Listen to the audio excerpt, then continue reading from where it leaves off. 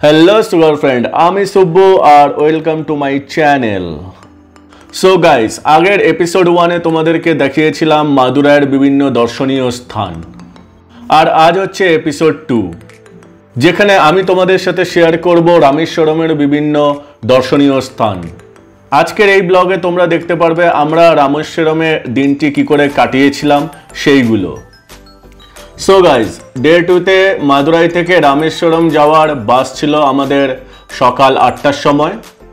সেই অনুযায়ী আমরা সকালবেলা তাড়াতাড়ি ঘুম থেকে উঠে ফ্রেশ হয়ে যাওয়ার জন্য রেডি হয়ে যাই এবং 8টার মধ্যেই বাসে উঠে যাই এবং বাস যথারীতি 8টার সময়ই ওখান থেকে ছেড়ে দেয়। আর মাদুরাই থেকে রামেশ্বরমের দূরত্ব হচ্ছে 150 কিলোমিটার। তো রাস্তায় যেতে যেতে বাস কিছুক্ষণ গিয়ে একটা রাস্তার ধারে ধাবার সামনে দাঁড়ায় এবং সেখানে আমরা সেই দিনের ব্রেকফাস্টটা কমপ্লিট করি।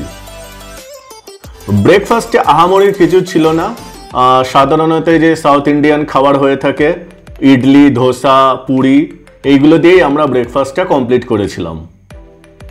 সেই দিনের ওয়েদারটা বেশ সুন্দর ছিল। যেহেতু আমরা বাসে একা ছিলাম না, আরও অনেকে ছিল, তাই খুবই ভালো লাগছিল। একা গেলে অতটা ঠিক ভালো লাগে না, আশেপাশে একটু লোকজন থাকলে জার্নিটা বেশ এনজয় করা যায়। তো রাস্তা দিয়ে চলতে চলতে অবশেষে আমরা পাম্বান ব্রিজের সামনে চলে এসেছিলাম।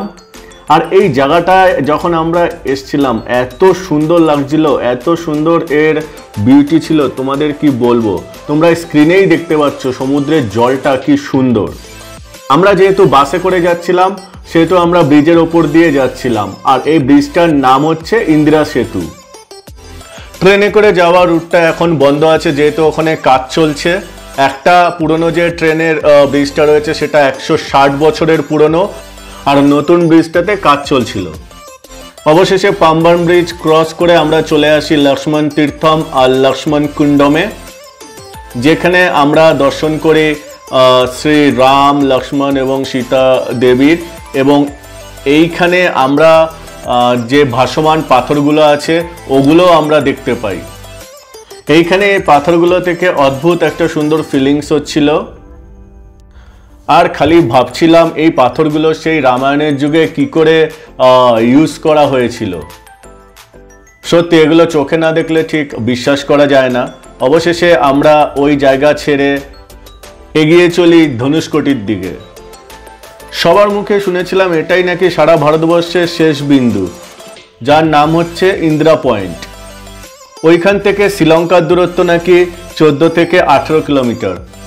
তো স্বাভাবিকভাবে মনের মধ্যে একটা এক্সাইটমেন্ট কাজ করছিল। আর এখানে যা সুন্দর ওয়েদার ছিল, যা সুন্দর দৃশ্য ছিল, তোমরা চোখে না দেখলে বিশ্বাস করতে পারবে না। সবাইকে এখানে স্নান করতে দেখে আমারও খুব এখানে স্নান করতে ইচ্ছা করছিল, বাট করা হয়নি। এই জায়গাটার একটা ইনসিডেন্ট সম্বন্ধে তোমাদের একটু বলে রাখি।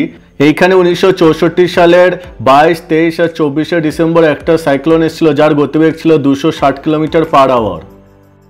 সেই সময় এই জায়গাটা পুরো ধ্বংস হয়ে যায় আর সরকার এই জায়গাটাকে পরিত্যক্ত হিসেবে ঘোষণা করে।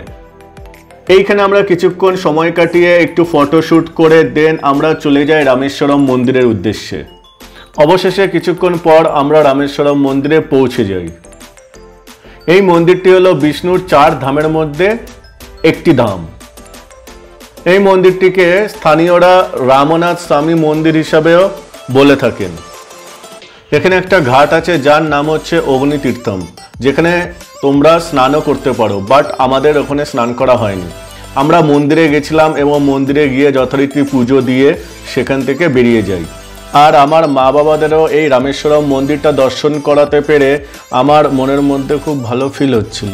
এই মন্দিরে প্রায় 1200-র ওপরে স্তম্ভ রয়েছে, আর প্রতিটা স্তম্ভে এত সুন্দর কারুকার্য করা, তোমরা না দেখলে বিশ্বাস করতে পারবে না। অবশেষে আমরা রামেশ্বরম মন্দির দেখে রওনা দিই কন্যাকুমারিকার উদ্দেশ্যে। রামেশ্বরম থেকে কন্যাকুমারিকার ডিস্টেন্স হচ্ছে 312 কিলোমিটার। অবশেষে রাত 1টার সময় আমরা কন্যাকুমারিকাতে পৌঁছাই।